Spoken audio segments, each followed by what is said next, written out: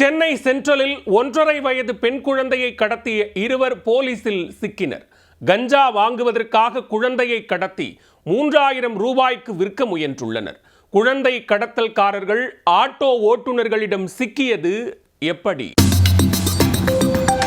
Chennai central ரயில் நிலையத்திற்கு மேற்கு வங்கத்தைச் சேர்ந்த சுஜித் சஞ்சனா தம்பதி தங்களது 1.5 வயது பெண் குழந்தையுடன் வந்தனர். சென்ட்ரலில் டிக்கெட் கவுண்டர் அருகே தம்பதி படுத்திருந்த போது அவர்களின் குழந்தையை மர்ம நபர்கள் கடத்தி சென்று விட்டனர். மேற்கு வங்க தம்பதி சென்ட்ரல் ரயில் நிலைய போலீசாரிடம் புகார் அளிக்க போலீசார் உடனடியாக சிசிடிவி காட்சிகளை ஆய்வு செய்தனர். அதில் 2 ஆண்கள் சேர்ந்து குழந்தையை கடத்தி செல்வது பதிவாகி இருந்தது. இது ஒருபுறம் இருக்க, குழந்தையை கடத்தி வந்தவர்கள் சென்ட்ரலில் இருந்து நந்தகுமார் என்பவரின் ஆட்டோவில் குழந்தையுடன் ஏறி உள்ளனர். தேரடியில் இறங்கிய அவர்கள் அதே இடத்தில் அப்துல் என்பவரின் ஆட்டோவில் ஏறி எர்ணாவூர் சுனாமி குடியிருப்பில் இறங்கி உள்ளனர்.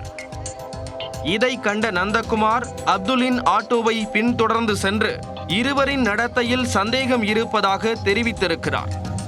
2 ஆட்டோ ஓட்டுநர்களும் சுனாமி குடியிருப்பில் அவர்களை பின்தொடர்ந்து செல்ல அவர்கள் குழந்தையை விற்பனை செய்ய முயன்றது தெரிந்து அதிர்ச்சி அடைந்துள்ளனர்.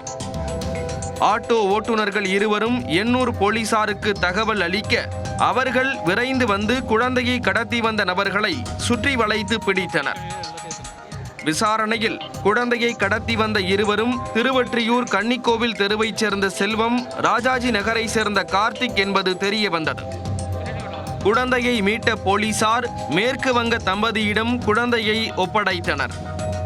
குழந்தை கடத்தலில் ஈடுபட்ட இருவரையும் சென்ட்ரல் இருப்பு பாதை போலீசார் கைது செய்து சிறையில் அடைத்தனர்.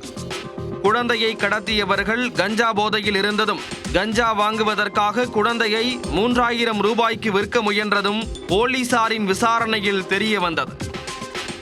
மதுபானம், கஞ்சா இந்த 2 போதையும் நமது சமூகத்தை நமது கண் முன்பே சீரழித்து வருவது வேதனையை ஏற்படுத்துகிறது. இதற்கு விடிவு காலம் பிறப்பது எப்போதோ?